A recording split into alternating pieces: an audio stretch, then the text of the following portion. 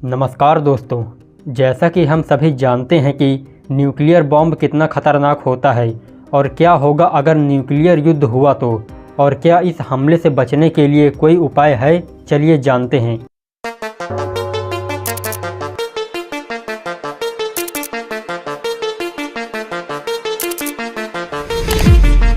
अगर न्यूक्लियर युद्ध हुआ तो हल्का फुल्का नुकसान नहीं होगा, बल्कि शहर के शहर तबाह हो जाएंगे।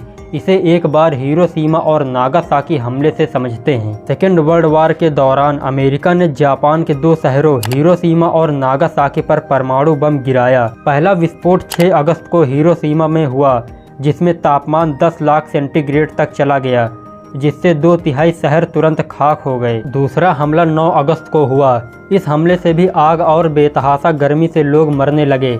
जो लोग बाकी थे वो खतरनाक रेडिएशन से मरने लगे। बम के सेंटर से लेकर 1 किलोमीटर से ज़्यादा की जगह में जली हुई ज़मीन के अलावा कुछ बाकी नहीं था। पहले स्टेज में मची तबाही डायरेक्ट होती है, इसके बाद रेडिएशन की बारी आती है। इसमें गामा किरणें निकलती हैं जो एक्सरे से कई गुना खतरनाक होती हैं।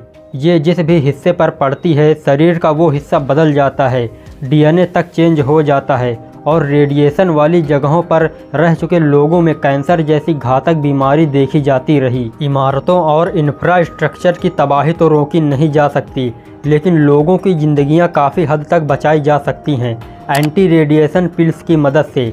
आइए जानते हैं क्या है एंटी रेडिएशन पिल्स। ये पोटेशियम आयोडाइड टैबलेट है जो रेडिएशन के संपर्क में आने पर कुछ हद तक सुरक्षा देती है। असल में इस दवा में नॉन रेडियो एक्टिव आयोडीन होती है, जो शरीर में रेडियो एक्टिव आयोडीन के अवशोषण को रोकने का काम करती है। जैसे ही किसी जगह पर परमाणु विस्फोट होता है या फिर प्लांट से रेडियो एक्टिव गैस लीक जैसा कोई हादसा होता है, तो तुरंत ही आसपास की हवा में रेडियो एक्टिव आयोडीन फैल जाती है। हवा से होते हुए पानी, जमीन और खाद्य उत्पाद भी जहरीले होते चले जाते हैं। इनका शरीर में जाना बहुत ज़्यादा घातक होता है। इस इंटरनल एक्सपोजर को रेडिएशन कहते हैं। जब आयोडीन शरीर में घुसकर थायराइड ग्लैंड पर कब्जा जमा लेती है, तब थायराइड सेल्स मरने लगती हैं और थायराइड कैंसर का खतरा काफ़ी गुना बढ़ जाता है। आइए जानते हैं कैसे काम करती है दवा।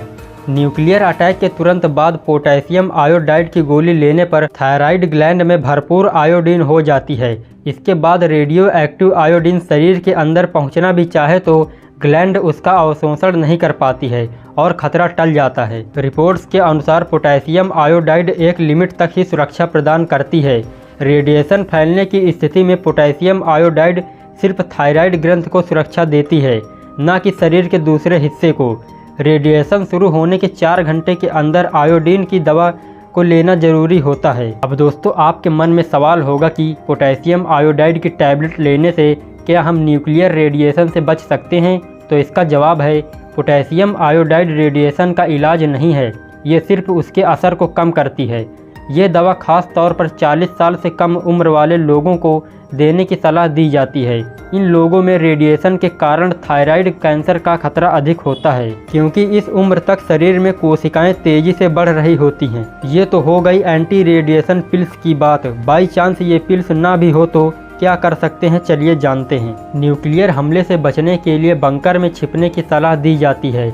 जैसे ब्रिटेन में पिंडार नाम का एक सुरक्षित बंकर बना हुआ है। अगर आप रेडिएशन के चपेट में आ जाते हैं तो तुरंत अपने कपड़ों को बदल लें और अपनी स्किन को धो लें।